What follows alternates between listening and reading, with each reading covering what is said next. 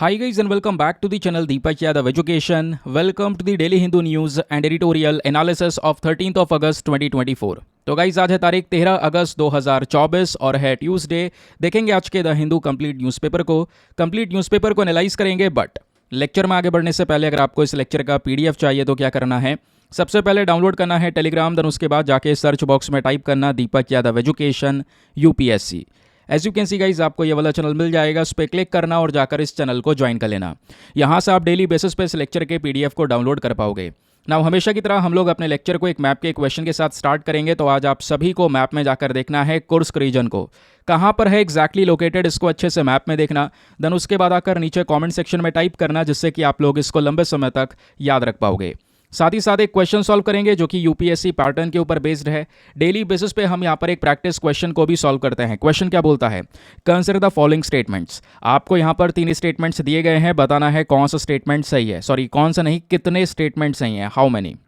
सबसे पहला स्टेटमेंट बोलता है कि जो लिथियम आयन बैटरीज हैं इनका सबसे ज़्यादा उपयोग किया जाता है इलेक्ट्रिक व्हीकल्स के अंदर, मोबाइल डिवाइसेस में और एनर्जी स्टोरेज सिस्टम्स में। दूसरा स्टेटमेंट में बोला गया है कि जो चिली है ये सबसे बड़ा लिथियम प्रोड्यूसर है पूरे वर्ल्ड में। थर्ड बोलता है कि इंडिया के अंदर जो लिथियम रिजर्व्स हैं उनको डिस्कवर तो कर लिया गया है, ये लिथियम के भंडार पाए तो गए हैं, लेकिन उसमें से लिथियम का एक्सट्रैक्शन यानी उसको निकालने की शुरुआत नहीं हुई है अभी। तो बताइए तीनों में से कितने स्टेटमेंट सही हैं। ऑप्शन नंबर ए केवल 1, ऑप्शन नंबर बी केवल 2, ऑप्शन नंबर सी तीनों सही हैं, या फिर ऑप्शन नंबर डी सभी गलत हैं। तो इसका सही आंसर सभी को नीचे कमेंट सेक्शन में देना है। एटलीस्ट सभी को उसमें पार्टिसिपेट करना है, जैसे मैं आप लोगों से डेली बेसिस पे बोलता हूँ। बाय द वे इसका जो करेक्ट आंसर है वो मैंने आपको टेलीग्राम पर प्रोवाइड करवा दिया है, वहाँ से भी आप इसको चेकआउट कर सकते हैं। और अगर वहाँ पर आंसर नहीं मिलता है तो भी कोई परेशान होने की ज़रूरत नहीं है, क्योंकि वीडियो के लास्ट में इसके करेक्ट आंसर का डिस्कशन हम लोग करेंगे। तो चलो शुभ आरंभ करते हैं और चलते हैं सबसे पहले थंबनेल वाले इंपॉर्टेंट आर्टिकल की तरफ। तो दोस्तों कल कई सारे न्यूज़पेपर के अंदर इस टॉपिक को कवर किया गया, जो कि GS paper number 1 history, geography and GS paper number 3 science and tech, दोनों के पर्सपेक्टिव से काफ़ी ज़्यादा रेलिवेंट होने वाला है। तो बात हो क्या रही है, आइए समझते हैं। ब्राज़ील के अंदर रिसेंटली दुनिया के सबसे ज़्यादा पुराना डायनासोर के जो फॉसिल्स हैं, जो उसके जीवाश्म हैं, वो यहाँ पे पाए गए हैं। ये जीवाश्म लगभग कितने पुराने हैं, 233 मिलियन साल पुराने। इंटरेस्टिंग चीज़ यहाँ पर यह है कि इस जीवाश्म का जो स्ट्रक्चर है वो कंप्लीट है। तो बहुत सारी और भी जानकारी हमें डायनासोर्स के बारे में आने वाले समय पर मिलने वाली है, जो कि पेंडिंग रह जा चुकी है। उस वजह से इसका इंपॉर्टेंस होगा और आगे मैं इसके बारे में और भी कई सारी जानकारी देने वाला हूं, तो अच्छे से हर एक चीज़ को सुनना। सबसे पहले लोकेशन देखेंगे, समझेंगे ब्राज़ील कहाँ पर है, क्योंकि ब्राज़ील में ही एक पर्टिकुलर जगह है जहाँ पर यह डिस्कवरी हुई है। तो दोस्तों ब्राज़ील साउथ अमेरिका का एक सबसे बड़ा देश है, जैसा आपको यहाँ पर दिख रहा होगा। कई सारे कंट्रीज़ के साथ में अपने बाउंड्रीज़ को शेयर करता है। फॉर एग्जांपल ब्राज़ील की जो एक ईस्टर्न बाउंड्री है, बहुत बड़ी बाउंड्री, वो अटलांटिक ओशन के साथ में लगती है। अदरवाइज ऊपर नदर्न साइड में आप देख पाएंगे तो कई सारी कंट्रीज़ हैं। फ्रेंच गुयाना है, उसके अलावा सूरीनेम है, देन उसके बाद गुयाना है, उसके अलावा वेनेजुएला है, कोलंबिया है, देन उसके बाद यहाँ पर पेरू है, बोलीविया है, पैराग्वे है, उरुग्वे है। ये सभी कंट्रीज़ इसके साथ में बाउंड्रीज को शेयर करती हैं। मैं एक बात आपको बता दूं, हर साल अफ्रीकन कॉन्टिनेंट और साउथ अमेरिकन कॉन्टिनेंट से किसी ना किसी कंट्री को लेकर या किसी ना किसी पर्टिकुलर प्लेस को लेकर क्वेश्चन आते ही आते हैं। जैसे अभी आप देख पाओगे वेनेजुएला बहुत चर्चा में रहा। वेनेजुएला के जो यहाँ पर इलेक्शंस है वो हुए, इलेक्शंस को लेकर काफ़ी बवाल हुआ। जो वहाँ के लीडर चुन के आए उनके बीच में, एलन मस्क के बीच में काफ़ी लड़ाई भी हो गई। आपको पता है अभी जो x.com है, ट्विटर है, वहाँ पे वेनेजुएला के अंदर रोक दिया गया है कुछ दिनों के लिए। बहुत सारे इश्यूज़ यहाँ पे स्पेशली साउथ अमेरिका से रिलेटेड हैं। जैसे अगर वेनेजुएला को छोड़ें तो ब्राज़ील अभी न्यूज़ में आ गया, और ब्राज़ील को भी छोड़े तो नीचे यहाँ पर आपको पता है चिली, अर्जेंटीना, देन उसके बाद में यहाँ पर बोलीविया। ये तीनों कंट्रीज़ आपकी लिथियम ट्रायंगल है, ये भी ध्यान रखिएगा। लिथियम ट्रायंगल में ये तीनों देश ही तो आते हैं। अभी क्वेश्चन जो मैंने आपको लिथियम वाला दिया है वहाँ पर भी चिली का जिक्र हुआ है। तो समझ सकते हैं कॉन्टिनेंट बहुत ज़्यादा इंपॉर्टेंट है। तो कोई भी क्वेश्चन आएगा आप आराम से हैंडल कर पाएंगे अगर चीज़ों को साथ ही साथ पढ़ते चलेंगे। तो फिलहाल लोकेशन देख लिया, अब आते हैं वापस से अपनी स्टोरी के ऊपर। स्टोरी के फॉर्म में बताता हूँ कि आखिरकार मामला है क्या, और अभी के समय पर जो ये डिस्कवरी हुई है इसका बेनिफिट क्या मिलने वाला है हमको। तो जैसे मैंने आपको बताया 233 मिलियन साल पुराने ये जीवाश्म हैं, जो ये फॉसिल्स हैं, जो कि पूरी तरह से प्रोटेक्टेड हैं। मोस्ट इंटरेस्टिंग पार्ट ये था, हुआ ये कि जहाँ पे ये फॉसिल्स दफने हुए थे, दबे हुए थे, वहाँ पे हुई भयंकर बारिश, और भयंकर बारिश की वजह से ऊपर की परत हट गई, जिसके बाद दोस्तों ये फॉसिल हमको मिला। और मेंशन ये भी किया गया है कि जो ये पर्टिकुलर डायनासोर हुआ करता होगा एक समय पर जिसके जीवाश्म मिले हैं, ये बेसिकली हेरारासॉरिडे फैमिली से बिलोंग किया करता था। यानी एक ऐसी, क्योंकि आपको पता है डायनासोर की कई सारी आपको फैमिलीज देखने को मिलेंगी, उसमें कई सारी स्पीशीज़ होती हैं, तो ये इस पर्टिकुलर फैमिली से बिलोंग करता था जो कि पृथ्वी पर ट्रायसिक पीरियड के समय पर पाया जाता था, ऐसा यहाँ पर बताया जा रहा है। ना क्वेश्चन ये है कि ट्रायसिक पीरियड कौन सा है। तो दोस्तों आपको पता होना चाहिए जो हमारे पुराने जितने भी पीरियड्स है उसको लेकर जो भी यहाँ पे टाइम पीरियड होता है उसको बोलते हैं जियोलॉजिकल टाइम स्केल। तो कभी भी पढ़े करो तो जियोलॉजिकल टाइम स्केल ज़रूर अपने पास में रखा करो, ताकि आपको बार बार जब भी ऐसी कोई चीज़ें आती हैं तो आराम से उस चीज़ के बारे में क्लियरेंस मिल सके। जैसे ये जियोलॉजिकल टाइम स्केल क्या बताता है, देखो सबसे पहले आप देख सकते हैं कि हमारे पृथ्वी का फॉर्मेशन कब हुआ, पृथ्वी कब बनी। तो पृथ्वी बनी लगभग 4600 मिलियन ईयर्स एगो, ठीक है, MYA लिख देता हूँ, मिलियन ईयर्स एगो। अब क्या हुआ, फिर उसके बाद ओरिजिन ऑफ लाइफ देखने को मिला, पृथ्वी बनी, धीरे धीरे यहाँ पर चीज़ें इवॉल्व हुई, फिर अर्ली बैक्टीरिया, एल्गाई जैसी चीज़ें यहाँ पर आई। उसके अलावा दोस्तों जो मल्टी सेल्ड ऑर्गेनिजम्स हैं वो आए, और इस तरीके से जो टाइम पीरियड है वो बढ़ता चला गया। देन उसके बाद में यहाँ पर और धीरे धीरे समय बीतता चला। फिर उसके बाद कुछ प्रिमिटिव फिश का मास एक्सटिंक्शन शुरू हुआ, कुछ मछलियाँ आईं, ख़त्म भी हुई, इस तरीके के टाइम पीरियड चले। उनके टाइम पीरियड के सब अलग अलग यहाँ पे नाम लिखे हुए हैं, ठीक है। तो अभी जैसे हम बात कर रहे थे ट्रायसिक पीरियड की, तो ट्रायसिक पीरियड बेसिकली कहाँ पे आता है, ट्रायसिक पीरियड जो है ना ये लगभग मीसोजोइक एरा के समय का था। जब बात करते हैं हम एरा तो वो था मीसोजोइक एरा, पीरियड की बात करेंगे तो उसमें ट्रायसिक पीरियड था। ट्रायसिक पीरियड लगभग आज से 201 मिलियन साल से लेकर 250 मिलियन साल पहले की बात हो रही है। ये वो पर्टिकुलर समय था जब पहली बार डायनासोर, मैमल्स, जितने भी फ्लाइंग रेप्टाइल्स थे उनका मास एक्सटिंक्शन हुआ, यानी कि ये इनका टाइम पीरियड था। यहीं पर ये आए और यहीं पर ये ख़त्म हो गया, इनका मास एक्सटिंक्शन हो गया। फिर उसके बाद ट्रायसिक पीरियड के बाद जुरासिक पीरियड आया, जिसके ऊपर कई सारी मूवीज़ भी बनी हुई हैं। देन क्रिटेशियस पीरियड आपको देखने को मिलेगा। तो ये वो पर्टिकुलर समय है जब इन सभी प्रकार के मैमल्स और एनिमल्स का जो मास एक्सटिंक्शन है वो हो चुका था, ये सभी खत्म हो चुके थे। तो ये भी बताया जा रहा है कि जो ये पर्टिकुलर डायनासोर की डिस्कवरी हुई है वो भी ट्रायसिक पीरियड की, यानी इस समय पर यहाँ पर इनका मास एक्सटिंक्शन हुआ, ये भी उस समय पर ख़त्म हुए। यानी उस समय पर या उससे पहले पृथ्वी पर ये ऐसे ही घूमा करते थे। और आपको पता होगा ये जो ट्रायसिक पीरियड है ये कौन सा समय है, ये वो समय है जब हमारी पृथ्वी के ऊपर में जो ज़मीन का हिस्सा था वो पूरा का पूरा एक ही था, जिसको हम बोलते हैं पेंजिया। पता है ना, पता है, कई बार मैंने आपको ज्योग्राफी के बारे में पढ़ाया है, कॉन्टिनेंट्स के बारे में पढ़ाया है, तो पेंजिया वर्ड का कई बार हमने यूज़ किया है, याद होगा। यानी पृथ्वी पे जैसे आज कई सारे कॉन्टिनेंट है, साउथ अमेरिका है, एशिया है, अफ्रीका है, ऐसे कई सारे कॉन्टिनेंट आपको नज़र आते हैं। तो पहले ये सारी की सारी ज़मीन एक ही थी, कंप्लीट थी, धीरे धीरे करके यहाँ पर टूटती चली गई, लेकिन जब वो एक ही पूरा लैंड मास था तो इसको हम पेंजिया के नाम से जानते थे।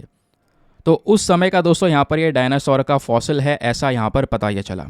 फिर उसके बाद कुछ और इंटरेस्टिंग चीज़ें बताई जा रही हैं, जैसे कि ये जो डायनासोर है दोस्तों ये पुराने समय में मतलब एक अर्लीस्ट कार्निवोरस डायनासोर था, जो कि यहाँ पर मांसाहारी था, हम ऐसा कह सकते हैं, जिसकी हाइट कोई ज़्यादा नहीं हुआ करती थी, 8 फीट लंबा वैसे ये हुआ करता था। इसका थोड़ा सा ये साइज़ बताया गया है। इसकी जो डिस्कवरी है वो कई सारे जो हमारे पैलेंटोलॉजिस्ट्स हैं उन्होंने यहाँ पर की है, जो अलग अलग यूनिवर्सिटीज़ के रिसर्चर्स हैं उन्होंने यहाँ पर की है।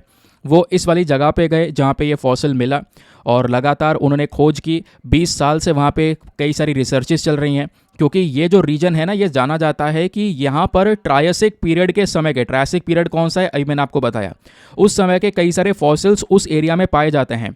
तो रिसर्चेस ऑलरेडी 20 साल से चल रही है, लेकिन हाल ही में कुछ ऐसा केस हो गया, भारी बारिश हुई, भारी क्या बहुत ही खतरनाक बारिश हुई, जिसकी वजह से इरोजन हो गया, ऊपर की मिट्टी हट गई और जो फॉसिल्स है वो यहाँ पर दिखाई पड़े, जो कि मिलियंस ऑफ ईयर्स पहले दबाए गए थे।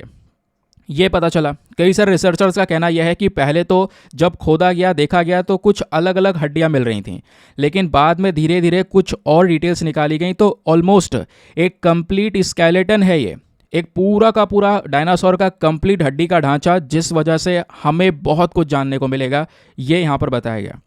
तो ये डिस्कवरी जो है ये काफ़ी ज़्यादा रेलिवेंट होने वाली है। हमारे ओल्डेस्ट डायनासोर जो फॉसिल्स मिले हैं, जितने भी पुराने पुराने, उनसे जितनी भी जानकारी मिली है उसमें कुछ वैल्यू एडिशन के लिए ये रेलिवेंट होने वाला है। ये जो फॉसिल्स है इनको अच्छे से प्रोटेक्शन दी गई थी। उसके अलावा यहाँ पे हम कोशिश करेंगे जानने की जो उस समय के डायनासोर से उनकी कैरेक्टरिस्टिक्स प्लस उनके बिहेवियर्स को जानने को मिलेगा इस फॉसिल के माध्यम से। प्लस ये भी पता चल रहा है कि ये वाले जो डायनासोर हुआ करते होंगे ये बाइपेडल थे, मतलब कहने का मतलब है जैसे टायरानोसोरस का नाम सुना होगा, टायरानोसोरस रेक्स। विशाल साइज़ के यहाँ पर बहुत सारे डायनासोर हैं जो स्पेशली केवल 2 पैरों पे चलते थे। तो उसी प्रकार का यहाँ पर ये भी था जो 2 पैरों पे चला करता था। ठीक है, उसके जो जबड़े वगैरह हैं बहुत ज़्यादा शार्प हुआ करते होंगे, ऐसा यहाँ पे स्केलेटन से कुछ पता चल रहा है। तो ये जो नया डिस्कवर हुआ है फॉसिल का, इससे डायनासोर का इवोल्यूशन कैसे हुआ, कैसे यहाँ पर वो बने, फिर एनवायरनमेंट में कैसे रहे, वो सब चीज़ें हमको जानने को मिलेगी। इस वजह से यहाँ पर ये जो डिस्कवरी है हमारे लिए काफ़ी ज़्यादा मायने रखती है। और जैसे मैंने आपको बताया, कई समय से उस जगह पे रिसर्च चल रही थी, लेकिन फिर भी इतनी ज़्यादा डीप खोज नहीं की गई। हुआ ये, अब की बार साल 2024 में सब कुछ इंटरेस्टिंग सा हो ही रहा है। तो अभी यहाँ पे एक्चुअली में हुआ ये जून के महीने में ब्राज़ील के अंदर में 3 महीने से लगातार बारिश हो रही है, और जो भयंकर बारिश हुई है उसकी वजह से लगभग 5 लाख लोग अपनी जगह छोड़ छोड़ के दूसरी जगह पर शिफ्ट हुए हैं। तो आप इमेजिन कर सकते हैं बारिश किस लेवल की होगी। इसी की वजह से दोस्तों ये जो फॉसिल्स है वो हमको देखने को मिल पाए। हालांकि यहाँ पे जो फॉसिल हैं वो डिस्ट्रॉय वगैरह नहीं हुए हैं, बर्बाद नहीं हुए हैं, उनको आराम से रेस्क्यू कर लिया गया है। समझ गए। अब जब बात होती है हमारे डायनासोर्स के बारे में, तो डायनासोर आपको पता है इनका ये पूरे एक रेप्टाइल का, एक ऐसे रेप्टाइल का ग्रुप है जो बहुत ही ज़्यादा डाइवर्स था, जिसके अंदर कई सारी फैमिलीज डायनासोर की, कई सारी स्पीशीज़ हमको देखने को मिलती हैं।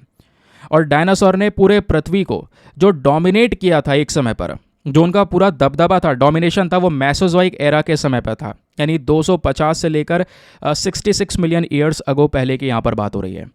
तो यही वो टाइम पीरियड था। फिर उसके बाद जब डायनासोर्स की बात करते हैं तो इनकी स्पीशीज़ में छोटी प्रजाति बर्ड की तरह भी आता है, जिसका नाम आपने सुना होगा वेलोसिरैप्टर करके, यहाँ पे आपने देखा होगा। और कुछ कुछ भयंकर बड़ी स्पीशीज़ भी होती हैं, जैसे यहाँ पे ब्राइकोसोरस का नाम आपने सुना होगा, फोटोज़ वगैरह आप देख सकते हैं। तो छोटी से लेकर बड़ी स्पीशीज़, सभी स्पीशीज़ यहाँ पे डायनासोर की हमको देखने को मिलती हैं। वो इस पर्टिकुलर आर्टिकल के अंदर में एक्सप्लेन किया गया है। आई होप आपको क्लैरिटी मिल चुकी है, अच्छे से हर एक जानकारी मिल चुकी है। देखिए, एग्जाम में कई सारे क्वेश्चन मिल सकते हैं, इसके प्रॉपर डेटा नोट्स तैयार करके मैं आपको ग्रुप में अपलोड कर दूंगा, तो वहाँ से आपको डायरेक्टली हेल्प मिल जाएगी। इतना चीज़ें ध्यान रखिएगा, रेलिवेंट टॉपिक है, कई सारे न्यूज़पेपर्स के अंदर में ऑलरेडी एक्सप्लेन किया गया है। आगे आते हैं ना, अगला आर्टिकल वेरी वेरी इंपॉर्टेंट। देखो हुआ गया है, NIRF की रैंकिंग आ चुकी है दोस्तों। अब ना इस आर्टिकल को अपने आप में पढ़ने का एक इंटरेस्टिंग तरीका है, जो कि हम कई सारे लोग स्किप कर देंगे, तो आपने वो बिल्कुल भी नहीं करना है।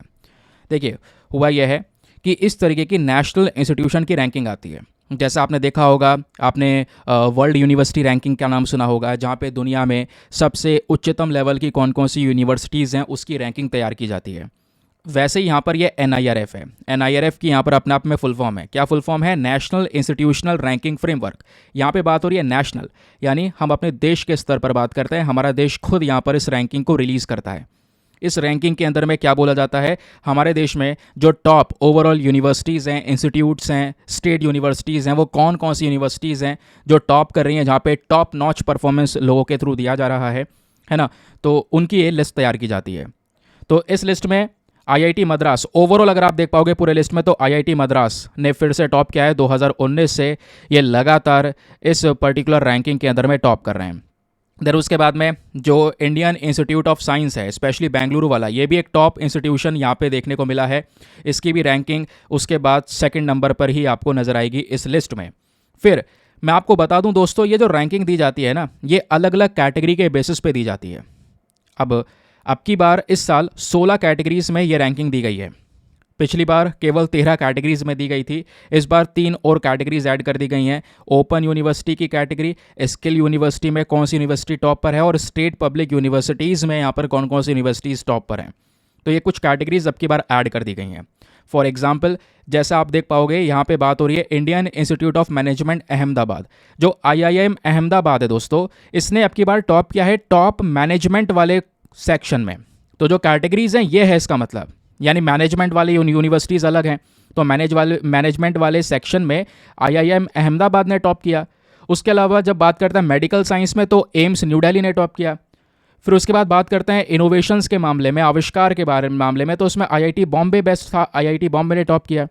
फिर जब बात आती है लॉ की, LLB वगैरह जहाँ से करते हैं, जो लॉ यूनिवर्सिटीज़ हैं, तो उसमें आपका national law school of university Bengaluru वाले ने टॉप किया। फिर उसके बाद एक सेक्शन यहाँ पे आता है आर्किटेक्चर और प्लानिंग का, तो उसमें IIT रुड़की ने टॉप किया। तो ऐसे यहाँ पर इसके वेरियस सेक्शंस बांटे गए हैं। ठीक है, अब दोस्तों यहाँ पे ये नहीं पूछा जाएगा कि इस पर्टिकुलर सेक्शन में किस यूनिवर्सिटी ने टॉप किया, ऐसा क्वेश्चन कभी नहीं बनेगा। कुछ बना तो NIRF के बारे में बेसिक चीज़ें पूछी जा सकती हैं। NIRF क्या है, कैसे यूनिवर्सिटीज़ को रैंकिंग दी जाती है, पर्पज़ क्या है इसका, NIRF को लेकर आगे हमारा विजन क्या है, ये चीज़ें पता होनी चाहिए। तो ये आर्टिकल तो क्लियर हो गया। आप आर्टिकल ये खुद भी पढ़ सकते थे, सभी लोग यहाँ पे ये पढ़ाने वाले हैं। ये कॉमन चीज़ें सभी न्यूज़ एनालिसिस के अंदर। अब जो इस पर्टिकुलर न्यूज़ एनालिसिस में जो डिफरेंट है वो आपके सामने अब नज़र आएगा। वो यह है कि अब आपको इसका बैकग्राउंड डेटा पता होना चाहिए कि NIRF क्या है। ठीक है, फुल फॉर्म हम डिस्कस कर ही चुके हैं। ये जो पर्टिकुलर इंस्टीट्यूशन वाला फ्रेमवर्क का पूरा लिस्ट आता है, इसको अप्रूवल दिया गया है मिनिस्ट्री ऑफ एजुकेशन की साइट से। 2015 में ही इसको अप्रूवल दे दिया गया था। तब से लगातार इस प्रकार से ये जो लिस्ट है उसको रिलीज़ किया जाता है। ये बेसिकली हमारी सरकार का पहला एफर्ट है जहां पर हम अपने देश के जितने भी हायर एजुकेशन इंस्टीट्यूशंस हैं उनको एक रैंकिंग देने का काम करते हैं। और ये रैंकिंग 5 पैरामीटर्स के बेसिस पर दी जाती है। यानी उस पर्टिकुलर यूनिवर्सिटी में टीचिंग लर्निंग रिसोर्सेज को देखा जाता है, research professional practice, graduation outcome, outreach inclusivity, उसके बाद पीयर परसेप्शन। ऐसे कई सारी चीज़ों को देखते हुए दोस्तों इनको इवैल्यूएट करते हुए इन यूनिवर्सिटीज़ की रैंकिंग दी जाती है। और ये यूनिवर्सिटीज़ की रैंकिंग मैंने जैसे बताया 16 कैटेगरीज़ में इस साल दी गई है। वैसे ज़्यादातर आपको 11 कैटेगरीज़ में ही देखने को मिलेगी। जैसे ओवरऑल डेटा, तो ओवरऑल की जब बात आती है, पूरे ओवरऑल यहाँ पे देश भर में किसने टॉप किया, तो आपकी बार IIT मद्रास ने टॉप किया, जैसे मैंने आपको बताया। फिर यूनिवर्सिटीज़ की रैंकिंग अलग होती है, इंजीनियरिंग की अलग है, कॉलेज की अलग है, मेडिकल अलग है, मैनेजमेंट सेक्टर अलग है, pharmacy, law, architecture, dental, research, इन सब कैटेगरीज में अलग अलग तरीके से रैंकिंग को लेकर आया जाता है। समझ गए? क्वेश्चन यह है कि आखिरकार हम इसको क्यों लॉन्च कर रहे हैं, रीज़न क्या है? क्योंकि दोस्तों इस प्रकार की रैंकिंग दुनिया भर की कंट्रीज ला रही हैं। आपने QS वर्ल्ड यूनिवर्सिटी रैंकिंग का नाम सुना होगा, और केवल यही नहीं, इसके अलावा Times Higher Education World University ranking का नाम सुना होगा। ये जो दोनों अलग अलग रैंकिंग्स है दोस्तों, ये इंटरनेशनल लेवल पर रिलीज़ की जाती हैं। दुनिया के अंदर में जो टॉप यूनिवर्सिटीज़ होती हैं उनको यहाँ पर ये रैंक प्रोवाइड करवाते हैं। समझ गए? तो भारत चाहता है कि हम खुद की अपनी इस प्रकार की रैंकिंग सिस्टम बनाएं। तो हमने खुद का NIRF बना लिया, लेकिन आगे हमारा विजन यह है कि इस NIRF को देखते हुए हम आने वाले समय पर इंटरनेशनल लेवल पर लेकर जाएंगे। अभी तो केवल हम अपने देश की यूनिवर्सिटीज़ को इसमें मेंशन कर रहे हैं। एक समय आएगा जब हम दुनिया भर की यूनिवर्सिटीज़ को रैंकिंग दिया करेंगे। जैसे आज हम बात करते हैं ना, USC की ये वाली लिस्ट है, इसमें इंडिया इस लेवल पर है, इसमें यहाँ पर है। एक समय पर हमारी ये लिस्ट होगी जहाँ पे हम मेंशन करेंगे कि हाँ, दुनिया में कौन कौन सी टॉप यूनिवर्सिटीज़ हैं। तो ये जो NIRF है ये कंटिन्यूसली लगातार अभी तक केवल भारत के जितने भी हायर एजुकेशन इंस्टीट्यूशंस हैं उनको रैंक करता है, जबकि जैसे चाइना वाला शांघाई रैंकिंग्स है, यहाँ पर आप देख पाएंगे तो ये इंटरनेशनल लेवल पर आ चुके हैं। तो हम भी यही चाहते हैं, हम भी इस प्रकार से इस लिस्ट को लेकर इंटरनेशनल लेवल पर उतरें। तो ये था हमारा इस आर्टिकल के अंदर में। तो एग्जाम में कोई क्वेश्चन बना तो यहाँ से कई तरीके से बन सकते हैं, इसको ध्यान रखिएगा। now आगे आते हैं। आगे बढ़ने से पहले एक इंपॉर्टेंट इन्फॉर्मेशन, अगर आप लोग हमारे पेड ग्रुप्स को ज्वाइन करना चाहते हैं तो आपके पास में बढ़िया मौका है इसको ज्वाइन करने के लिए। यहाँ पर आपको डेली बेसिस पे करंट नोट्स के PDF वगैरह प्रोवाइड करवाए जाते हैं। फॉर एग्जाम्पल, जैसे आपने देखा हमने 2 आर्टिकल डिस्कस कर लिए अभी तक, बहुत सारा नोट्स भी तैयार हुआ है। वो सभी डेटा दोस्तों इस ग्रुप में आपको एक PDF के फॉर्म में, एक ऐसा PDF जो प्रिंटेबल फॉर्म में होता है, उस फॉर्म में यहाँ पर आपको डेली बेसिस पे ये प्रोवाइड करवाया जाता है। एक ऐसा PDF जो हिंदी इंग्लिश दोनों भाषाओं में होता है। एक ऐसा ग्रुप आपको मिल जाता है जहाँ पे आपके सभी करंट अफेयर्स के कंटेंट सिक्योर हो जाते हैं। कहने का मतलब है किसी भी तारीख का PDF उठाओ, डाउनलोड करो, पढ़ो, डिलीट करो, अनलिमिटेड ऑप्शंस आपको मिल जाते हैं यहाँ पर, क्योंकि सब कुछ सीक्वेंस वाइज मैनेज हुआ है। और कितना ही पुराना आर्टिकल आप सर्च करना चाहते हैं, सबकी पावर इस पर्टिकुलर ग्रुप में दी गई है।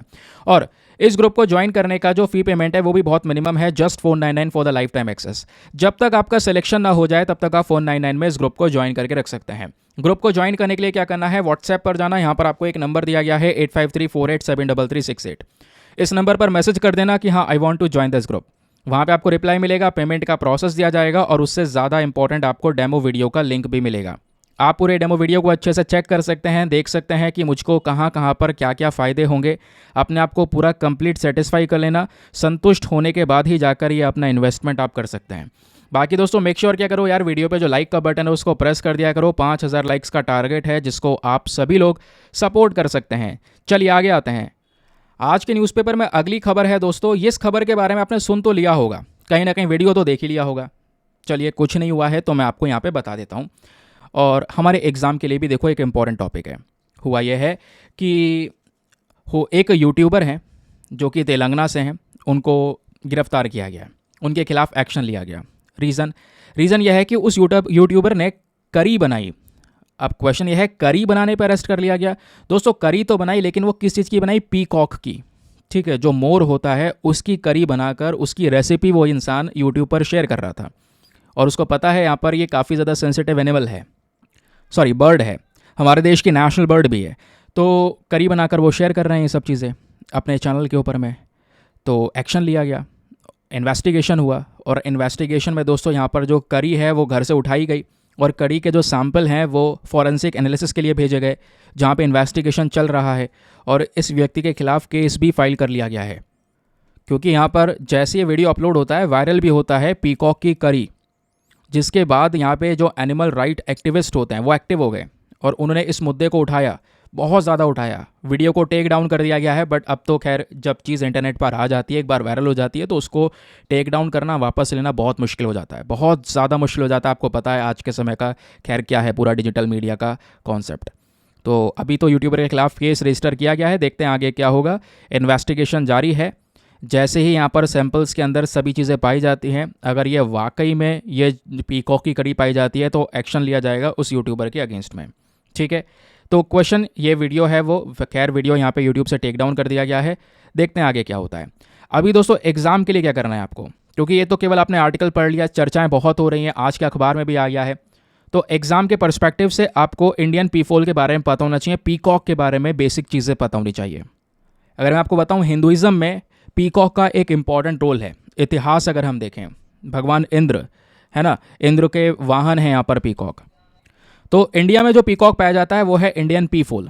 तो ये जो पीफोल है दोस्तों, इसमें जो मेल वैरायटी होती है, मेल वैरायटी को बोलते हैं पीकॉक, और फीमेल वैरायटी को बोलते हैं पीफोल या पी हैन भी बोल सकते हैं।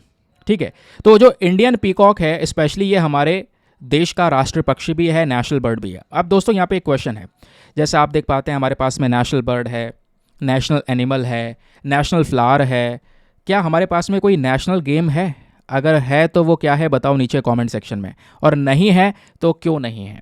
चलिए, तो यहाँ पे हम बात कर रहे हैं पीफोल के बारे में। पीफोल का साइंटिफिक नेम है पैवो क्रिस्टाटस। तो ये जो पर्टिकुलर पीकॉक है ये फेसिनिडे फैमिली से बिलोंग करता है, और जितनी भी यहाँ पर ये बर्ड्स आती हैं इसके अंदर में उसमें बड़े साइज़ का ये देखने को मिलता है। और मैं आपको बता दूं, ये जो मोर की स्पीशीज़ हैं, ये इसमें दो स्पीशीज़ हमारे सामने आती हैं, एक ब्लू, या फिर इसको हम इंडियन पीकॉक का नाम भी देते हैं, जो आपने फोटो में देखा था अभी थोड़ी देर पहले, ये भारत और श्रीलंका के अंदर में पाया जाता है। बाकी एक हरा कलर का पीकॉक भी होता है जिसको हम जैवनीज़ पीकॉक भी बोलते हैं। ये आपको म्यांमार से लेकर जावा तक देखने को मिलेगा, इंडोनेशिया तक, यहाँ पर म्यांमार में इंडोनेशिया तक यहाँ पर पाया जाता है। हैबिटेट की बात करेंगे, जो ये इंडियन पीफोल है, इंडियन पीकॉक है दोस्तों, ये इंडिया में नेटिव है, भारत के अंदर पाया जाता है, लेकिन भारत के साथ साथ पाकिस्तान और श्रीलंका में भी इसकी स्पीशीज़ देखने को मिलती हैं। ये जो स्पीशी है ये भारत में सबसे ज़्यादा केरला के पास में, सदर्न इंडिया में सबसे ज़्यादा देखने को मिलती है। इवन मेंशन किया गया है 19% जो यहाँ पर स्टेट का एरिया है वो इस मोर के लिए काफ़ी ज़्यादा सूटेबल होता है, और इसी वजह से एक अनुमान है कि आने वाले समय पर 2050 तक केरला के अंदर पीकॉक की जो प्रजाति है वो 40 से 50% बढ़ सकती है। ठीक है, उसके अलावा अब पीकॉक को लेकर कुछ चिंताएं भी व्यक्त की जाती हैं, जैसे कई बार क्या होता है ना, इन पीकॉक को काफ़ी बड़ा खतरा होता है, ये खेतों में घुस जाते हैं तो फार्मर्स के साथ में इनके कॉन्फ्लिक्ट हो जाते हैं, उस संघर्ष के अंदर में कई बार पीकॉक को मार दिया जाता है, या खेतों पे कई बार यहाँ पर ये जो पीकॉक है वो अटैक करते हैं, है ना, तो इस चक्कर में ये कॉन्फ्लिक्ट शुरू हो जाता है। दूसरी तरफ अगर आप देख पाओगे, हम खेती बाड़ी बढ़ा रहे हैं, जंगल काट रहे हैं, डिफॉरेस्टेशन हो रहा है, तो वो स्पीशी जाएगी कहाँ, है ना। तो ह्यूमन टेरिटरीज़ क्या हो रही हैं, लगातार यहाँ पर इन्वेड होंगी, सिंपल सी बात है। वो जो यहाँ पर पीकॉक है जिसको अब जगह कहीं मिल नहीं रही, तो वो ह्यूमन सेटलमेंट्स में आएगा, जिसके बाद अगेन ये इशू क्रिएट होंगे। और उसके बाद दोस्तों जो यहाँ पर इन पीकॉक की पॉपुलेशन बढ़ रही है ना, ये क्लाइमेट चेंज को भी सिग्निफाई करता है। ठीक है, क्योंकि यहाँ पर जो ये पीकॉक हैं ये उस एरिया में ज़्यादातर ग्रो करते हैं, या उस एरिया में रहना पसंद करते हैं जहाँ पे सबसे ज़्यादा सूखा पड़ा होता है, ड्राई कंडीशंस होती है। तो ऑब्वियसली बात है, क्लाइमेट चेंज की वजह से भी सूखा ही पड़ रहा है, ड्राई कंडीशन, तो उस चीज़ को भी ये सिग्निफाई करता है। नाउ अब बात आती है हमारे प्रोटेक्शन स्टेटस की, वेरी वेरी इंपॉर्टेंट। कोई भी क्वेश्चन अगर यहाँ से बन गया तो ये चीज़ ज़रूर पूछी जाएगी, अगर क्वेश्चन बना तो इसके बिना काम नहीं होगा। IUCN के अंदर में इसको लीस्ट कंसर्न कैटेगरी में कवर किया गया है, यानी ठीक है, अच्छी खासी पॉपुलेशन इसकी अवेलेबल है, तो इस चक्कर में इसको लीस्ट कंसर्न कैटेगरी में कवर किया गया। बाकी वाइल्ड लाइफ प्रोटेक्शन एक्ट के अंदर में शेड्यूल 1 में कवर किया गया, इसको हाई प्रोटेक्शन दी गई है दोस्तों। इसी वजह से तो एक्शन लिया गया है उस इंसान के खिलाफ। क्यों? क्योंकि हमने वाइल्ड लाइफ प्रोटेक्शन एक्ट में शेड्यूल 1 में कवर रखा है। और शेड्यूल 1 में कवर करने का मतलब क्या होता है, आप उसका शिकार ही नहीं कर सकते। कोई भी जानवर अगर शेड्यूल 1 में है तो अगर आप उसका शिकार करेंगे, उसकी हंटिंग करेंगे तो आपके खिलाफ एक्शन होगा, पेनल्टी स्टार्ट की जाएंगी, सख्त से सख्त सजा दी जाएगी। तो हाई प्रोटेक्शन मिली हुई है पीकॉक को, और वो इंसान कड़ी बनाकर शेयर कर रहा है रेसिपी, इस वजह से यहाँ पर एक्शन लिया गया। आई होप आपको क्लैरिटी मिल चुकी है। बाकी जैसे मैंने आपको बताया, पीकॉक हमारे देश की नेशनल बर्ड भी है, राष्ट्र पक्षी है। इसको जो नेशनल बर्ड एडॉप्ट किया गया था वो तारीख थी 1 फरवरी 1963। ये वो तारीख को देश का नेशनल बर्ड के तौर पर पीकॉक को चुना गया, क्योंकि पीकॉक का जो इंपॉर्टेंस है एनवायरमेंटली भी और कल्चरली भी बहुत ज़्यादा इंपॉर्टेंट आपको देखने को मिलेगा। अब दोस्तों, यूपीएससी के पर्सपेक्टिव से हमारे जो नेशनल बर्ड है उसको लेकर कुछ फैक्ट्स हैं। जैसे जो इंडियन पीकॉक है ये भारत में तो पाई जाती है, भारत की तो नेटिव है, लेकिन भारत के साथ साथ श्रीलंका, बांग्लादेश, नेपाल, म्यांमार जैसे देशों के अंदर भी पाई जाती है, लेकिन फिर भी यहाँ पे उसको हम मतलब इंडिया वाली नेटिव स्पीशी बोलते हैं। फिर बात है दोस्तों 1963 की। 1963 के अंदर जो ये इंडियन पीकॉक है इसको ऑफिशियली हमने नेशनल बर्ड का दर्जा दिया, ये हम ऑलरेडी डिस्कस कर चुके हैं। इंडियन पीकॉक वैसे आपको देश भर में देखने को मिलेगी, लेकिन ज़्यादातर सदर्न इंडिया, केरला के अंदर पाई जाती है, ये भी हम डिस्कस कर चुके हैं। बाकी दोस्तों, भारत का जो ट्रेडिशन है, हमारा जो एंशिएंट कल्चर है, उसमें पीकॉक का इंपॉर्टेंस है, एक real importance. For example, Hinduism के अंदर जो पीकॉक है इसको दिखाया गया है लॉर्ड इंद्र का व्हीकल, लॉर्ड इंद्र का वाहन यहाँ पर बताया गया है, Lord Indra, God of thunder. फिर बात आती है यहाँ पर वाइल्ड लाइफ प्रोटेक्शन एक्ट में, मैंने आपको बता दिया, एक बड़ा सिक्योरिटी दी गई है, प्रोटेक्शन दी गई है। फिर जब पीकॉक की बात करते हैं तो दोस्तों यहाँ पर हिंदुइज्म के अंदर में पीकॉक, ये जो मोर है, इसको काफ़ी पवित्र माना जाता है। क्यों? जो लॉर्ड शिव हैं, लॉर्ड शिव जी के यहाँ पर पुत्र हैं लॉर्ड मुरुगन, उनका एक बहुत ज़्यादा एसोसिएशन देखने को मिलता है पीकॉक के साथ में। बाकी पीकॉक की जो डाइट है वो ओमनीवोरस होती है, थोड़े बहुत कीड़े खा लेते हैं, उसके अलावा यहाँ पे जो घास फूस है उसका खाने का यहाँ पर ये काम करते हैं। फिर कुछ हिस्टोरिकल अकाउंट्स हैं, उसके अकॉर्डिंग बताया गया है चंद्रगुप्त मौर्य जो फाउंडर हैं मौर्यन डायनेस्टी के, माना जाता है वो भी यहाँ पर पुत्र थे पीकॉक टेमर्स के, जो पीकॉक को कंट्रोल करके रखा करते थे। ठीक है, इस चक्कर में यहाँ पर संस्कृत में मयूर पोशाका भी यहाँ पर उनको बोला जाता है। ठीक है, तो पीकॉक टेमर्स के पुत्र थे, ऐसा यहाँ पर मेंशन किया गया। कंजर्वेशन स्टेटस डिस्कस कर ही चुके हैं, IUCN में लीस्ट कंसर्न कैटेगरी में है, वाइल्ड लाइफ प्रोटेक्शन में शेड्यूल 1 में इसको कवर किया गया है। ठीक है, तो ये बेसिक चीज़ें हैं दोस्तों, ध्यान रखिएगा, रेलिवेंट है, आपको ज़्यादा इधर उधर ढूंढने ढांडने की ज़रूरत नहीं है, एक ही जगह पे हर एक चीज़ आपको प्रोवाइड करवा दी जाती है। चलिए आते हैं नेक्स्ट आर्टिकल की तरफ। अगला आर्टिकल बेसिकली हमारा एडिटोरियल डिस्कशन होने वाला है। तो आज के न्यूज़पेपर में जो एडिटोरियल्स हैं ज़्यादा काम के तो नहीं है, लेकिन है फिर भी। जैसे एक एडिटोरियल उसको लेकर है, अभी जो सेबी के ऊपर इल्ज़ाम लगाया हिंडनबर्ग ने। हिंडनबर्ग सोच रहा था कल स्टॉक मार्केट डगमगा जाएगा, लेकिन स्टॉक मार्केट कुछ भी नहीं डगमगाया, तो उसको लेकर भी कुछ आर्टिकल्स पब्लिश हुए हैं, वो आपके आगे मैं आपको दिखाऊंगा।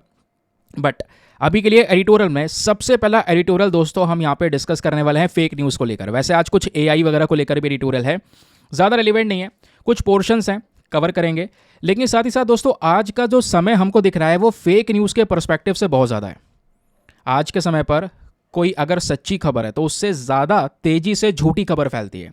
हमने ये देखा अभी, मैं आपको बहुत बड़े एग्जांपल देता हूँ, रिसेंट वाले ओलंपिक्स के अंदर में जो अभी ये फाइटिंग हुई थी, male boxer versus female boxer शुरू हो गया, जबकि वहाँ पे वो भी फीमेल थी जो अल्जीरिया वाली बॉक्सर थी। तो मतलब क्या बवाल हुआ था यार, मतलब आपने अगर अंदाज़ा लगाया होगा सोशल मीडिया पे कितनी भयंकर आग लगी थी उस पर्टिकुलर विवाद को लेकर। देन उसके बाद अभी UK के अंदर राइट्स चल रहे हैं, है ना, ब्रिटेन में बहुत बड़े दंगे चल रहे हैं। आई होप आपको उसकी खबर होगी, वैसे भी एक सेपरेट वीडियो बना के आज शायद मैं अपलोड करूं, कुछ डेटा इकट्ठा किया है, क्योंकि रिसर्च लगती है, ऐसे कुछ भी शेयर नहीं कर सकते, है ना। तो आज मैं शायद एक वीडियो शेयर करूंगा आपको UK राइट्स के ऊपर में। तो बेसिकली जो दंगे हैं वो एंटी मुस्लिम राइट्स में कन्वर्ट हो गए एक इंसान की वजह से, और उस इंसान को पोर्ट्रे कर दिया गया कि वो मुस्लिम है, बट निकला वो यहाँ पर क्रिश्चियनिटी को फॉलो करने वाला। तो दिक्कत यह है कि फॉल्स इन्फॉर्मेशन की वजह से कितने भयंकर दंगे हो सकते हैं, कितना भयंकर राइट्स क्रिएट हो सकता है, इकॉनमी डाउन हो सकती है, ये सब चीज़ें आप देख पा रहे होंगे। तो ये सब क्या है, फेक न्यूज़, फॉल्स इन्फॉर्मेशन। तो मैं आपको 2 एग्जाम्पल दे रहा हूँ, ऐसे वेरियस एग्जाम्पल आपको नजर आएंगे। तो आज का एडिटोरियल हमारा इसी पर्सपेक्टिव को लेकर है, कर्बिंग दी फेक न्यूज़। हमारे हिंदुस्तान टाइम्स के अंदर, लाइव मिनट के अंदर भी कई चर्चाएं हुई हुई हैं इस एडिटोरियल की, तो ध्यान से सुनते हुए चलना, क्योंकि आज का मेंस का क्वेश्चन मैं इसी आर्टिकल के ऊपर प्रोवाइड करवाने वाला हूँ आपको। ठीक है, तो राइटर बोलते हैं कि भैया जो इंटरनेट की स्पीड है आज के समय पर, या इंटरनेट का एरा है, वो भयंकर तरीके से वर्ल्ड वाइड फैल चुका है। और ऑब्वियसली बात है, जब सबके हाथ में इंटरनेट है, सबके हाथ में इंफॉर्मेशन है, एक झटके में आप कुछ भी सर्च कर सकते हैं। तो जो फेक न्यूज़ है वो यहाँ पर ऑब्वियस सी बात है हम सभी के बीच में एक बड़ा इविल बनकर आ सकता है। हाल ही में कई बार, अच्छा एक देखो खबर ये भी थी, देखो एग्जाम्पल मैं आपको इंडिया का भी देता हूँ, अभी तो मैंने 2 ऐसे इंटरनेशनल एग्जाम्पल दिए। तमिलनाडु का जो एग्जाम्पल है, तमिलनाडु को लेकर पिछले साल था ना शायद, कि माइग्रेंट वर्कर्स को अटैक किया जा रहा है, उसको लेकर कुछ फेक वीडियोज़ स्प्रेड की गई जिसकी वजह से काफ़ी ज़्यादा इश्यूज़ क्रिएट होने लगे, लोगों में र्यूमर्स फैलने लगे, है ना। तो इसकी वजह से हार्म हो सकता है, अपने देश में ही नुकसान हो सकता है, अपनी देश की इकॉनमी को नुकसान हो सकता है, तो वो सब फेक न्यूज़ ही तो है। तो इसको टैकल करने के लिए राइटर बोलते हैं हमें ज़रूरत है बहुत ही ज़्यादा मजबूत कानून की, जिससे भारत के अंदर फेक न्यूज़ से लड़ा जा सके। प्लस हमारे पास में फैक्ट चेकिंग बॉडीज़ होनी चाहिए, जहाँ पे रूटीन वाइज यहाँ पे जितने भी फेक न्यूज़ है उसको फैक्ट चेक किया जा सके। अगर कोई फॉल्स न्यूज़ है तो सीधा उसको फॉल्स का टैग देके इंटरनेशनल लेवल पर, नेशनल लेवल पर दिखाया जा सके, लोगों में अवेयरनेस फैलाई जा सके, जिससे हम फेक न्यूज़ को काउंटर कर पाएंगे। नाउ क्वेश्चन यह है कि आखिरकार भारत के अंदर जो फेक न्यूज़ फैल रही है हम क्यों नहीं रोक पा रहे हैं? क्योंकि दोस्तों इसको रोकने में कई सारी चुनौतियां हमको फेस करनी पड़ती हैं, कई सारे चैलेंजेस हमारे सामने आते हैं। जैसे सबसे पहला चैलेंज है लो डिजिटल लिटरेसी। भारत के अंदर अगर आप देख पाएंगे ये जो डिजिटल नॉलेज है लोगों में बहुत कम है। इस चक्कर में ज़्यादातर लोग विश्वास कर लेते हैं। आप देख पाते होंगे फेसबुक सबसे ज़्यादा आज के समय पर, और फेसबुक से ज़्यादा I must say x.com, Twitter यार, मतलब मैं क्या ही बताऊं, पिछले कुछ समय से जब से मैं देख रहा हूं उसको फ्री स्पीच के नाम पे आज के समय पर फेक इन्फॉर्मेशन का गढ़ बना दिया गया है। कई बार इतने ज़्यादा fake information, fake videos viral होते हैं बहुत भयंकर तरीके से। तो सोशल मीडिया प्लेटफॉर्म पे हो रहा है ये।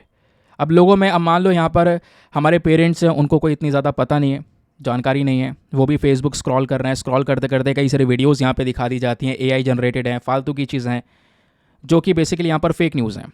बट जिनको यहाँ पे इस चीज़ की नॉलेज नहीं है वो तो यहाँ पे मानेंगे ना कि हाँ ये बिल्कुल ऑथेंटिक खबर है, रियल न्यूज़ है। तो ये है दोस्तों सबसे पहला चैलेंज। क्योंकि अगर हम इंडियन इनइक्वालिटी रिपोर्ट 2022 को देखें तो भारत में डिजिटल डिवाइड बहुत बड़ा है। कई सारे लोग ऐसे हैं जिसके पास में डिजिटल कनेक्टिविटी नहीं है, और कई सारे लोग ऐसे हैं जिनके पास में डिजिटल कनेक्टिविटी है आज के समय पर। फिर दूसरा यहाँ पे जो रीज़न है दोस्तों, जो दूसरा, मतलब ऐसा नहीं है फेक न्यूज़ केवल डिजिटली फैल सकता है। ऑब्वियस सी बात है, मुंह से भी अफवाहें फैल सकती हैं, फालतू की फॉल्स न्यूज़ फैलती है, तो वो भी हमको देखने को मिलता है। अब बात आती है दूसरा, पॉलिटिकल यूज़। फेक न्यूज़ को ज़्यादातर इस्तेमाल किया जाता है भारत के अंदर पॉलिटिकल पर्पज़ के लिए, और केवल भारत में ही नहीं सभी जगह पे हो रहा है जैसा हम देख रहे हैं। स्पेशली इलेक्शन के समय पर बहुत हुआ इस बार भी। तो पॉलिटिकल पार्टीज़ यहाँ पर फेक न्यूज़ फैलाती हैं ताकि पब्लिक के ओपिनियन को मैनिपुलेट किया जा सके, चेंज किया जा सके। भाई दूसरी पार्टी के खिलाफ ऐसी फेक खबर फैला दो ताकि उस इंसान को पता चले भाई ये पार्टी उसके लिए सही नहीं है, हमारी पार्टी सही है। तो इस तरीके से दोस्तों ये प्रॉब्लम होती है। तो ऑब्वियस सी बात है, जब सभी लोग शामिल हैं फेक न्यूज़ फैलाने में तो कंट्रोल कहाँ से होगा? जब पॉलिटिकल पार्टीज ही इसमें सभी शामिल हैं, कोई अलग नहीं है, तो दोस्तों यहाँ पर कंट्रोल कैसे होगा? सिंपल सी बात है, ये एक चैलेंज है हमारे सामने। तीसरा चैलेंज है limited fact checking infrastructure. Bharat के पास में ये जो फैक्ट चेकिंग वाली बॉडीज़ हैं इसका इंफ्रास्ट्रक्चर बहुत ही ज़्यादा कम है। जैसे आपने नाम सुना होगा PIB फैक्ट चेक यूनिट का, तो PIB फैक्ट चेक यूनिट की वेबसाइट है, ट्वीट है, ट्विटर पर हैं वो। तो जो भी फेक न्यूज़ होती है उसको यहाँ पे वो फॉल्स न्यूज़ करके सीधा चिपका देते हैं कि भाई ये खबर गलत है, ये वाली सही है। तो ऐसे और भी बॉडीज़ होनी चाहिए जो तुरंत काम करें। अगर कोई फेक न्यूज़ फैली है इसको शुरुआत में ही लोगों के सामने क्लियर कर दिया जाए ताकि मामला थम सा जाए, है ना। अभी ट्विटर पर आप देख पा रहे होंगे सेबी को लेकर जब हिंडनबर्ग ने इल्ज़ाम लगाया, तो वही मैं बोला था पॉलिटिक्स शुरू होनी थी। तो हुआ क्या, सेबी का जो पुराना वाला अकाउंट है, एक्सपायर्ड अकाउंट है, उसके कई सारी डिटेल शेयर करी जा रही हैं कि सेबी ने ब्लॉक कर दिया सबको, ये वो अपना अकाउंट हिडन कर लिया है। ऐसा नहीं है, बहुत पहले ही हिंडनबर्ग की रिपोर्ट आने से पहले ही हो चुका था, वो फैक्ट चेक ऑलरेडी हो चुका है, रिपोर्ट्स पब्लिश हैं। तो ये हो रहा है आज के समय पर, समझ गए, बड़े लेवल पर। और वैसे मैंने x.com का नाम पहले ही ले लिया था, और ये वहीं की चीज़ बता रहा हूँ मैं आपको। फिर बात आती है लैक ऑफ पेनल्टीज़। तो करंट समय पर कोई भी स्ट्रिक्ट पेनल्टी नहीं है फेक न्यूज़ फैलाने पे। क्या होता है भाई, फेक न्यूज़ फैला दी, कोई एक्शन होता नहीं है, किसी को टारगेट कर देंगे, डिलीट कर देगा, काम खत्म। तो मुश्किल होता है लोगों को पकड़ना और आसान होता है फैलाना। इसकी वजह से दोस्तों यहाँ पे हम इस प्रकार के फेक न्यूज़ के नरेशन को टैकल नहीं कर पा रहे।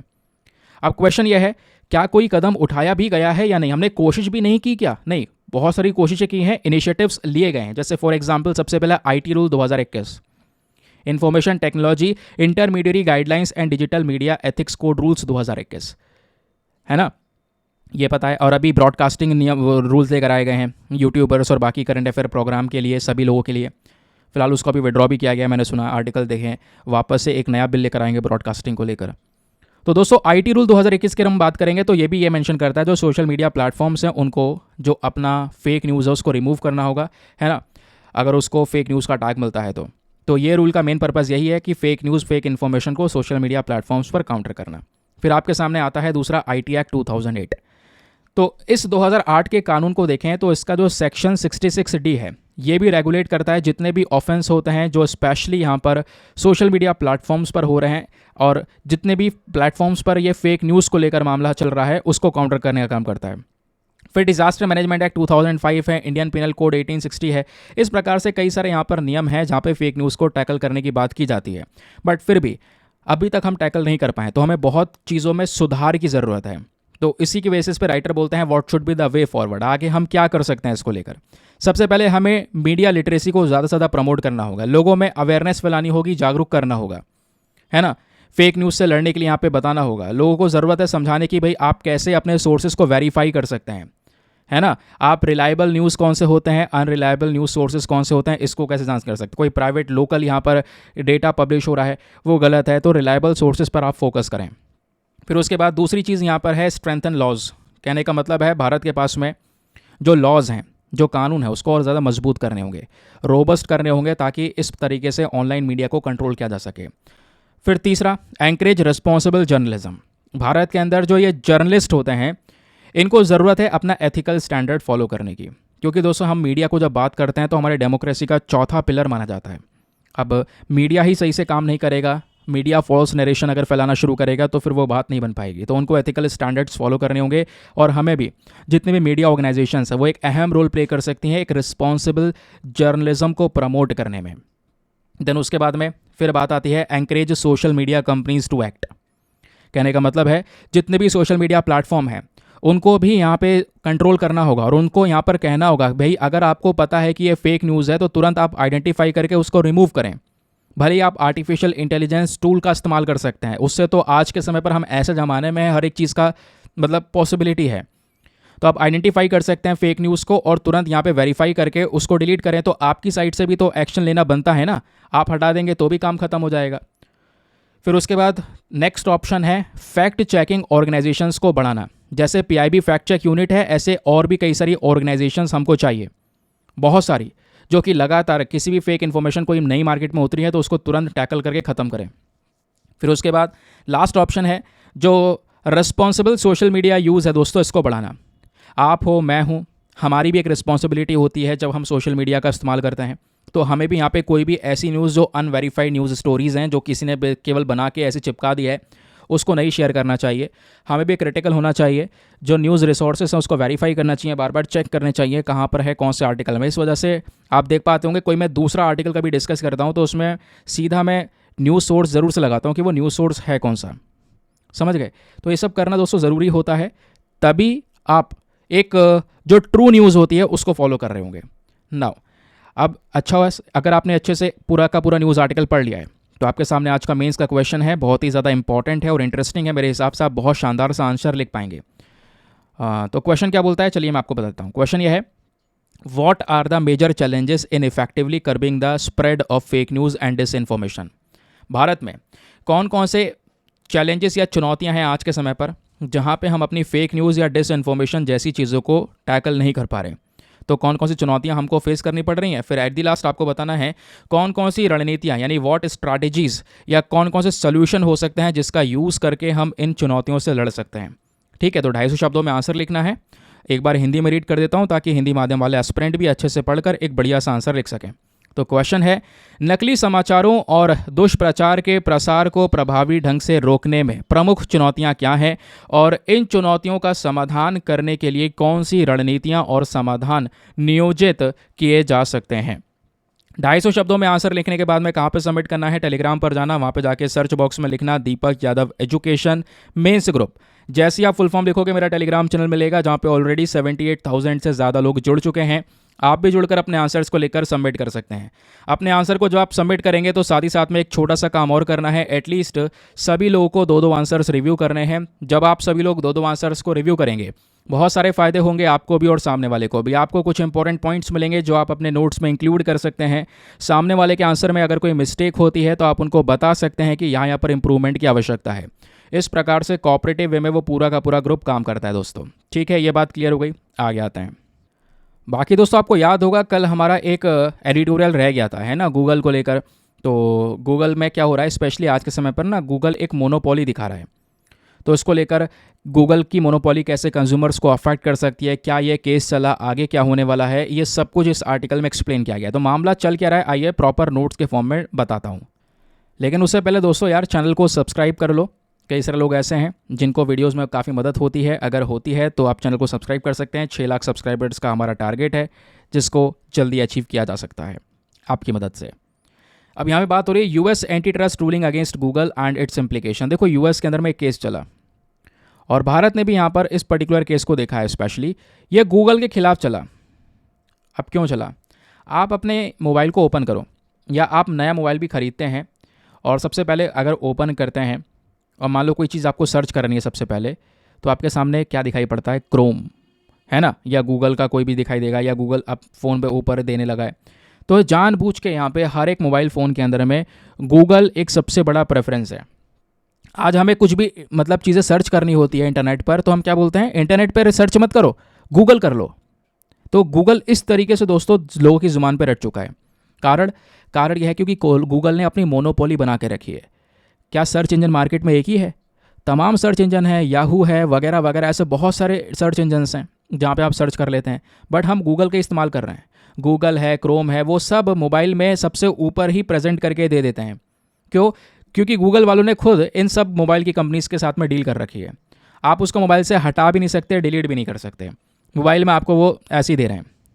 ठीक है, और दूसरे जितने भी सर्च इंजन हैं वो आपको डाउनलोड करने पड़ते हैं अगर आप उनको यूज़ करना चाहते हैं। तो ये मोनोपोली नहीं तो क्या है? मोनोपोली मतलब समझते हो? मोनोपोली मतलब single seller and large number of buyers. बेचने वाला एक, खरीदने वाले अनेक। वही गूगल ने बना रखा है। बना रखा है क्या क्या मतलब है? आज हम गूगल को जान रहे हैं इस वजह से नहीं दोस्तों, गूगल इन कंपनीज को भर भर के पैसा दे रहा है। बिलियंस ऑफ डॉलर्स यहाँ पर उन्होंने खर्चे हैं ये काम करने के लिए।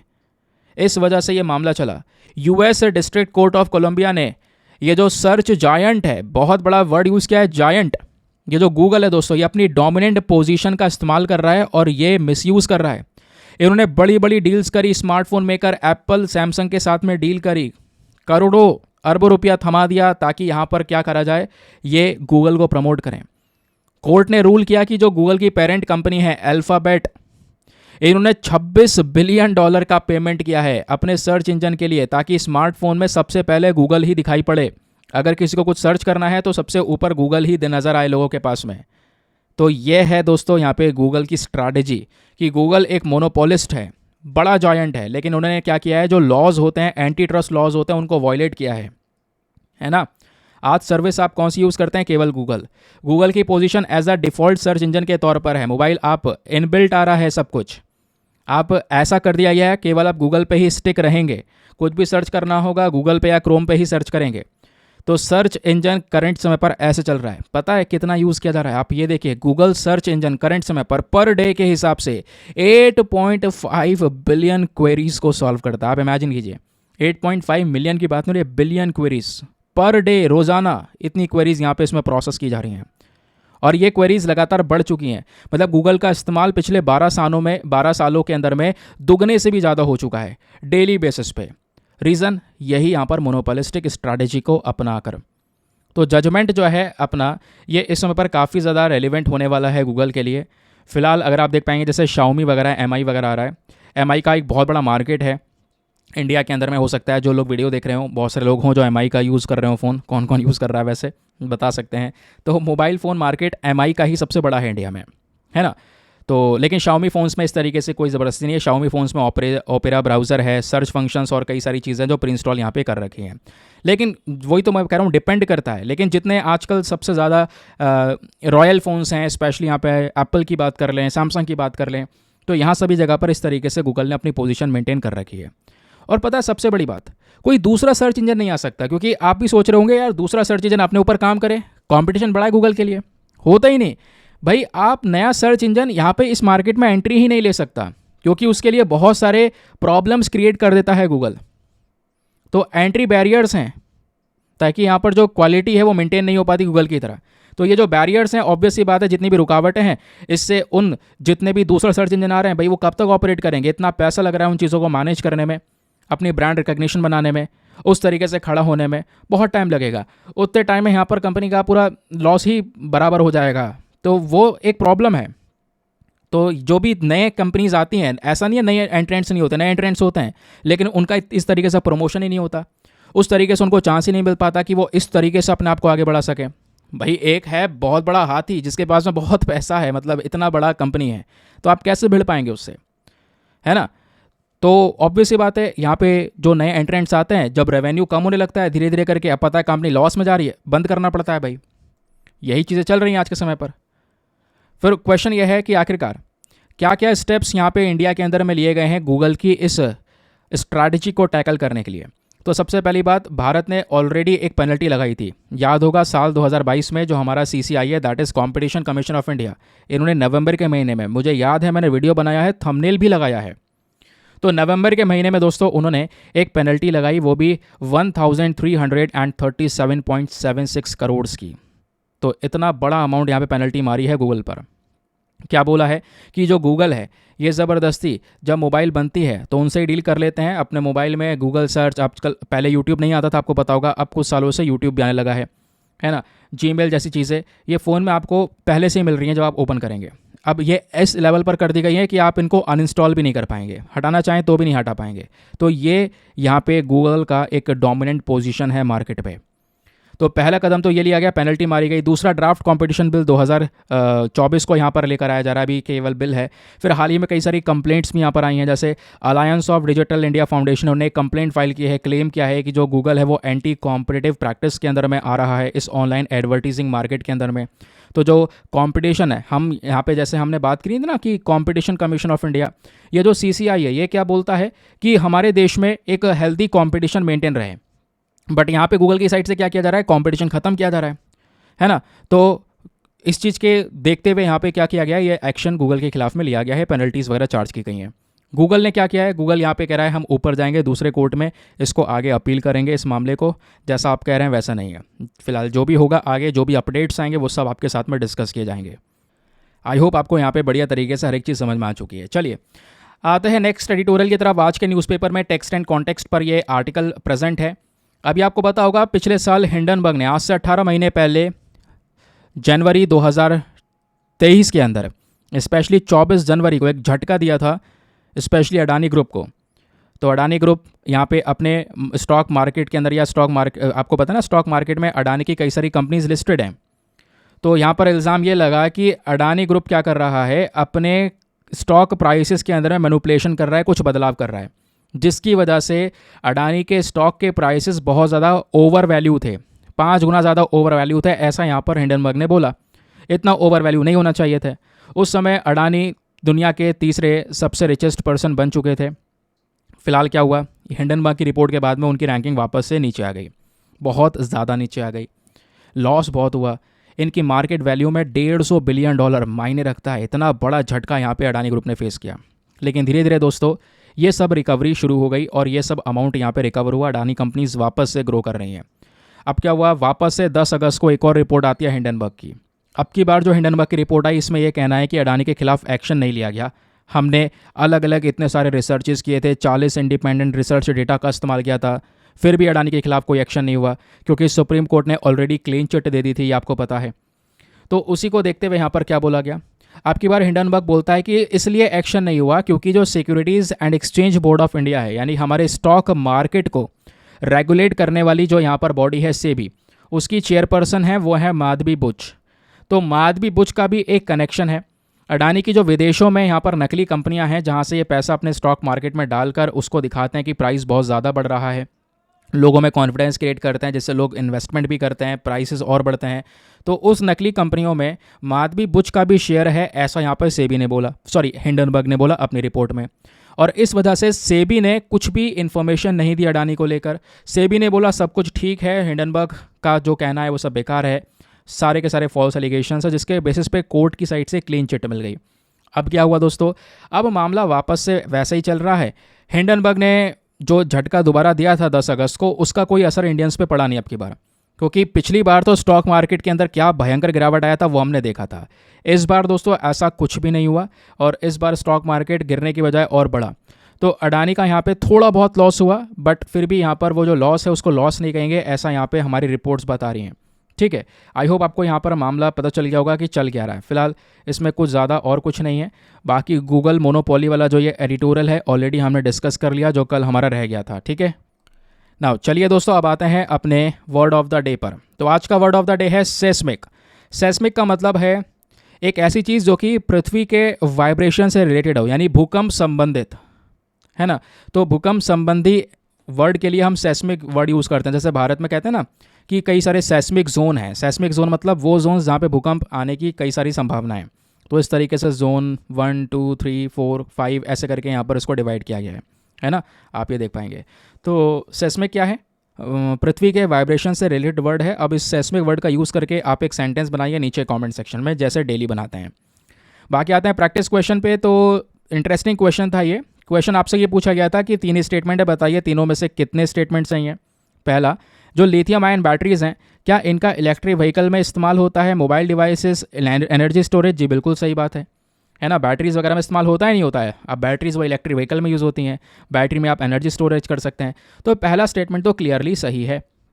दूसरा, चिली जो है क्या दुनिया का सबसे बड़ा लिथियम प्रोड्यूसर है? नहीं दोस्तों, चिली से पहले भी एक देश है, वो है ऑस्ट्रेलिया।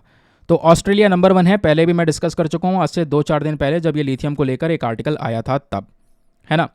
तो दूसरा वाला स्टेटमेंट जो है हमारा वो यहाँ पे हो जाता है रॉन्ग, बट पहला वाला सही है।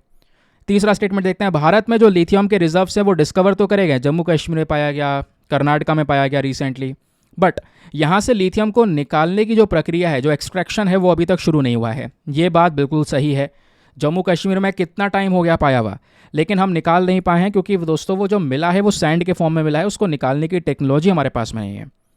तो इस वजह से थर्ड वाला भी सही है। तो पहला वाला और तीसरा वाला सही है। That is why option number B only 2 is the correct answer. I hope आपको यहाँ पे समझ में आ चुका है, यानी कि 1 and 3 are the correct but 2 is incorrect, क्योंकि ऑस्ट्रेलिया सबसे बड़ा प्रोड्यूसर है। जो चिली है दोस्तों उसके बाद सेकंड नंबर पर आता है। तो चिली दुनिया का सेकंड लार्जेस्ट लिथियम प्रोड्यूसर है, ना कि फर्स्ट लार्जेस्ट। क्लियर ना। इसी के साथ करते हैं लेक्चर को समाप्त और मिलते हैं आप लोगों से अगले वीडियो में। आज के लिए bye bye, have a nice day, thank you and Jai Hind.